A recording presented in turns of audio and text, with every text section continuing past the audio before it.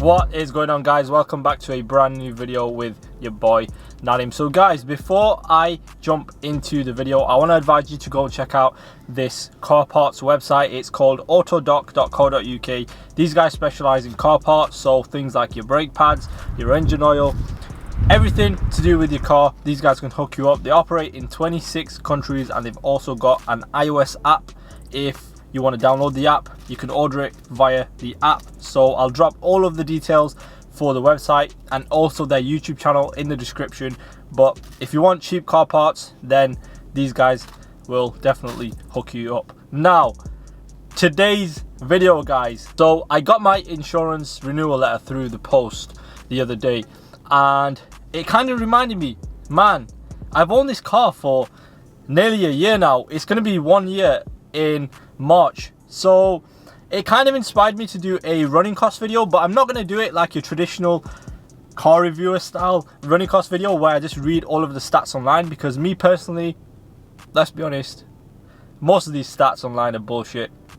So I'm going to base today's video off my own personal experience. I'm going to be sharing with you guys exactly how much money I've spent on the BMW M140i in 1 year. So things like your fuel costs, insurance, and just general wear and tear I'm going to be going through, and my personal experience. So disclaimer, guys, this is based off my own personal experience, so it might differ from person to person, but I'm going to explain to you how often I use a car, and that's going to give you an idea of why it's cost me so much money to run the car. Okay, first things first, let's talk about road tax. So we'll get the boring stuff out of the way. So road tax for the BMW M140i, I've got my trusty whiteboard here for you guys. So road tax in 1 year cost me £190, guys. So the road tax on the 140 was £190.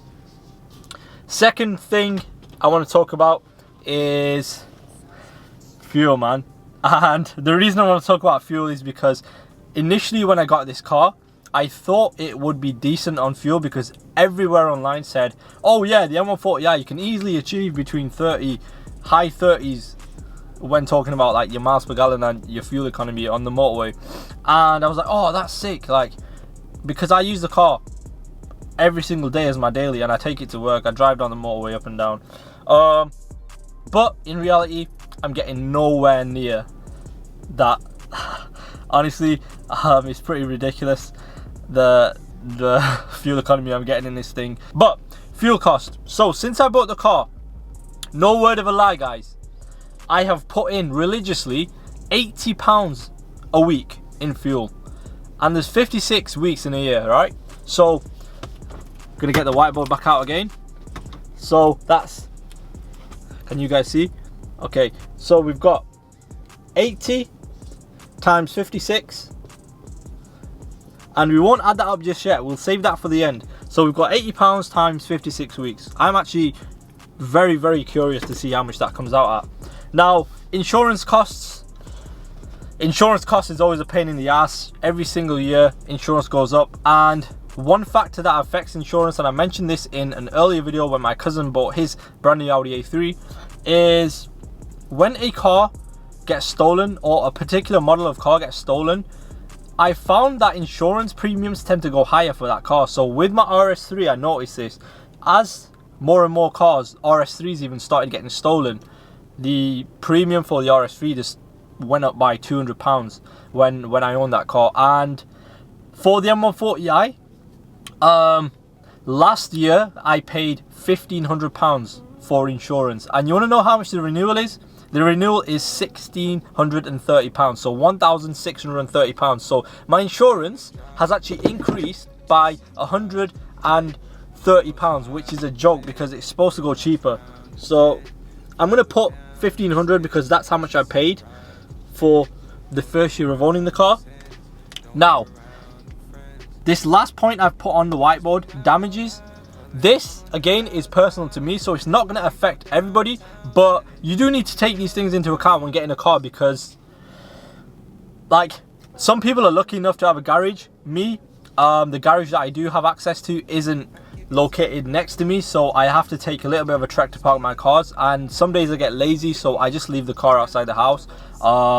Same thing goes when I'm going out shopping. I'll always park as close as I can to wherever I'm shopping, because I'm just a lazy idiot. But bottom line is, it's cost me massively. And if you saw this video, you'll know that my wing on the driver's side actually got damaged, and somebody did a hit and run. They left a note with no insurance details or anything. So to get a new wing sprayed in the black that's on the car, it cost me £530, guys. So £530 I'm going to put for damages. And if you saw one of my most recent videos when my number plates got stolen, and for all you idiots saying that was staged, no, it wasn't staged. It was just a pain in the ass. Like, it cost me £40 for 2 brand new number plates. So we've got 530 there at the bottom plus £40, and that brings us up to a cost of, what's that, 570. Okay, so 570 in total for damages in a year. Now, this is just the basic stuff. Like, I've not even gone or scratched the surface when talking about things like tires. I've been lucky enough to make the tires last since I bought the car, so I've not had to change them yet. But again, if you're adding things like tires, then you're looking at £200-300 added to this list. And just your general things, like when you take your car out and you have to pay for parking, again, that all adds up. But I'm not going to go into that much detail. I wanted to talk about some of these personal factors, so those of you thinking of buying a hot hatch, maybe even an M140, you can get a rough idea how much it costs to run these sort of things. Right, the moment of truth. I'm going to add all this up, and I need to find my phone because it's dropped down the side of the bloody seat. One thing that always happens in hot hatches is my phone always just slides down the side, and my change as well. So okay, let's do this, guys. Moment of truth. I'm curious to see how much it comes to. Like, I've not added this up prior to filming this, so my reaction is going to be the same as your reaction. Okay, so road tax, we've got £190 plus 80 times 56, so £80 times obviously 56. Okay, wow. Okay, so we're on already, guys, £4,670, and we've not even taken into account insurance, right? So we've got my insurance, which is £1,500, plus damages for the vehicle, which is 570. Okay, a total cost of £6,740, guys, to run this car for 1 year. Now, some of you, if you're a baller, you might be like, 6,700 ain't that much, but honestly, for me, nearly £7,000 is a lot of money. I don't care what anybody says. £7,000 is a lot of money to be putting into a car that you're never going to get back just for running the car. So I feel like this point needs to be put across properly to you guys. But please, when you're ordering a car, when you're ordering a hot hatch or whatever car it is, make sure you've got enough in your financial budget to run the car, because the last thing you want to do is buy the car and have it parked up because you can't afford to run it. And I see it so many times. Like, my friends are guilty of this. They buy cars and, sorry friends, but they just can't afford to run them, and they're always complaining about fuel and all that kind of stuff, and you don't want to be that guy.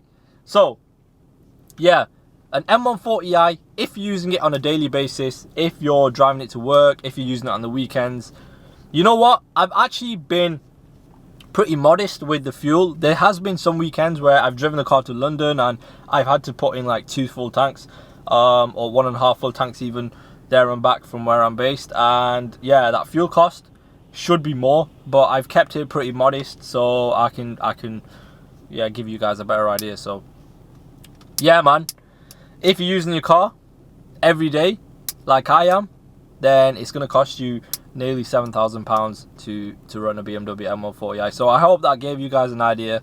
I wanted to give you guys a car video. As I said, I'm going to be doing more car videos, more informative car videos. Yeah, and some cool stuff coming to the channel, so make sure you subscribed and you've got your post notifications turned on. One more thing, this list over here hasn't even taken into account the modifications I've done to the car. Now, I haven't put modifications on the list because modifications are a choice and I chose to modify the car, so nobody forced me to do that. So I'm not going to add that to the list because people buy cars and they leave them stock, and there is absolutely nothing wrong with that. My dad is the same. He says if it hasn't come from the dealer, then don't touch it. But me, I'm the complete opposite, man. As soon as it gets out of the dealership, I'll be putting on carbon, I'll be modifying the engine, remapping it, all sorts. So yeah, if you enjoyed the video, give it a thumbs up. If you didn't enjoy it, then I don't know, give it a thumbs down or whatever you're gonna do. Smash the subscribe button. Check me out on social media. Drop me a comment down below, guys, if you've just bought a car recently or if you're thinking of buying a car. Drop me a comment which car it is and I'll try and answer your question and give you an idea, because I have got quite a lot of experience with running cars, because I do run a C63S as well, and I have previously run some high performance cars. So drop me a comment and I'll catch you guys in the next video. Take it easy. It's been your boy Nadim. Peace out.